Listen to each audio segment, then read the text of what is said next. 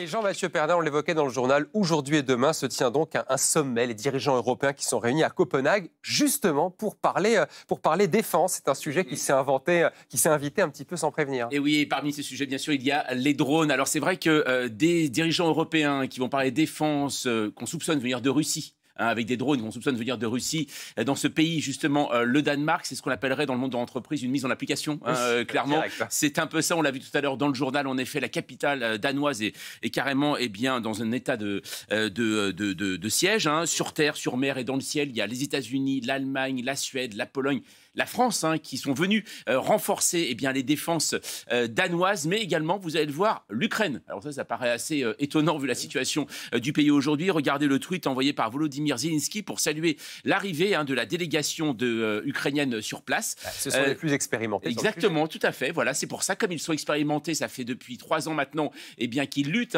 contre les drones russes sur leur territoire. Ils peuvent apporter leur savoir et c'est pour ça qu'il y aura un exercice militaire avec les Ukrainiens. D'ailleurs, à Copenhague, est-ce que c'est un sommet entre chefs d'État européens ou un exercice militaire? D'ailleurs, maintenant, les deux sont liés. Oui, c'est un peu les deux, en effet. En tout cas, l'idée de ce sommet, c'est d'assurer le financement de cette défense européenne. Voilà, parce que d'ici 5 ans, la Russie pourrait envahir un pays de l'OTAN, a déclaré Mark Rutte, qui est en juin dernier le secrétaire général de l'Alliance Atlantique. Donc autant se préparer, et notamment les pays les plus à l'Est, alors mur de drones, surveillance, bouclier de défense antiaérienne, bouclier de défense spatiale. Voilà les priorités de ce sommet informel, des décisions qui vont être réfléchies aujourd'hui par Emmanuel Macron et ses homologues. Le tout avec une enveloppe de 150 milliards. Donc ça, c'est un prêt contracté par l'Union européenne qui sera réparti entre les États membres. La Pologne, qui touchera le plus, 43 milliards. La France, ce sera 16 milliards. Donc, comment assurer la défense européenne? Comment se prémunir notamment des drones qui pourraient arriver dans le ciel européen?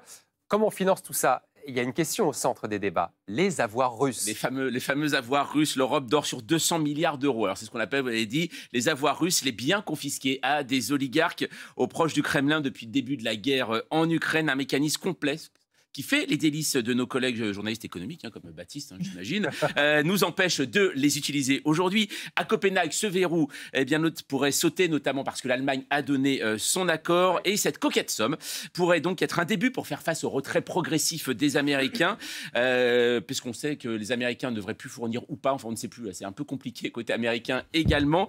Une réunion de chefs d'État ou un exercice militaire, on en parlait, ce sommet au Danemark, on peut aussi parler de parcours du combattant. Je crois que le terme peut bien résumer la situation. Parce que jusque-là, on utilisait uniquement les bénéfices, je crois, de ces avoirs russes. Exactement, tout à fait, voilà. Et là, on pourrait peut-être toucher au capital. Au capital, qui sont dans une banque, dans une banque belge actuellement. Et pour l'instant, on va essayer. Mais alors, c'est un mécanisme très, très compliqué parce que normalement, ça pourrait ensuite faire une prérogative. Et ça, les autres pays n'en veulent pas. Donc, voilà. À suivre donc, en effet, on va suivre de près ce sommet aujourd'hui et demain à Copenhague avec Valérie Astruc qui suit ce sommet pour France Info.